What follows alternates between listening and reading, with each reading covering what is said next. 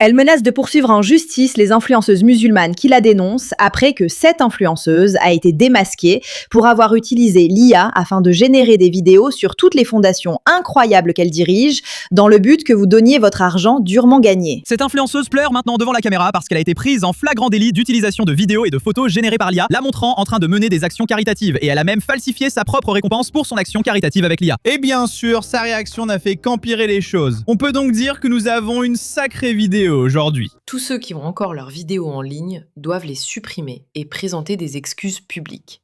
Ce n'est pas une blague. Si vous ne le faites pas, Je ne le ferai pas. Désolée. donc, je vais vous tenir responsable devant Allah le jour du jugement. Et aussi dans ce monde, je vais déposer des plaintes pour diffamation, calomnie, harcèlement et pour atteinte aux droits d'auteur. Tu t'es fait prendre? Tu t'es fait prendre? Tu as l'air un peu contrarié. Nous n'avons pas peur. Aucun de nous n'a peur.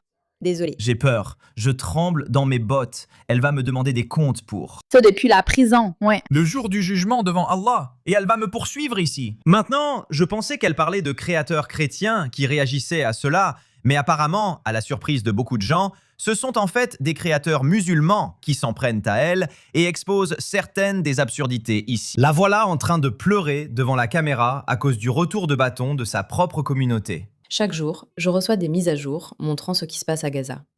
Tous les bâtiments sont détruits et effondrés, et il y a des décombres partout. Vous préférez croire ces médias mensongers?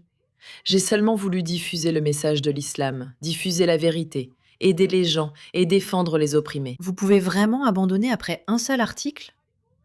En fait, c'est même pas l'article qui m'a le plus bouleversé. C'était l'attitude des musulmans. Vous ne comprenez pas à quel point cela demande du travail. Je n'aurais jamais cru dire ça en vidéo, mais grand respect aux musulmans. Maintenant, beaucoup de choses contre lesquelles elle réagit, c'est que les gens disent qu'il n'y a eu aucune action caritative menée. Ce n'est pas ça le problème. Tu dis avoir une fondation non enregistrée comme organisation à but non lucratif, donc sans transparence, et tu as utilisé l'IA dans ces extraits, ce qu'elle a reconnu. Est-ce que l'IA a été utilisée dans certains contenus?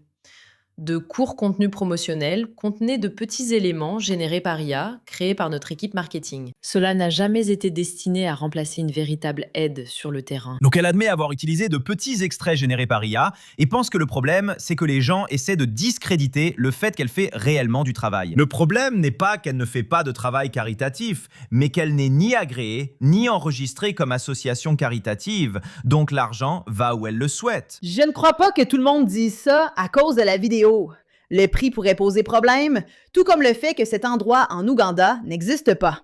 Je pense aussi que tu n'aimes pas être prise sur le fait. Désolé, mais les enquêteurs du net sont un peu plus malins que ça.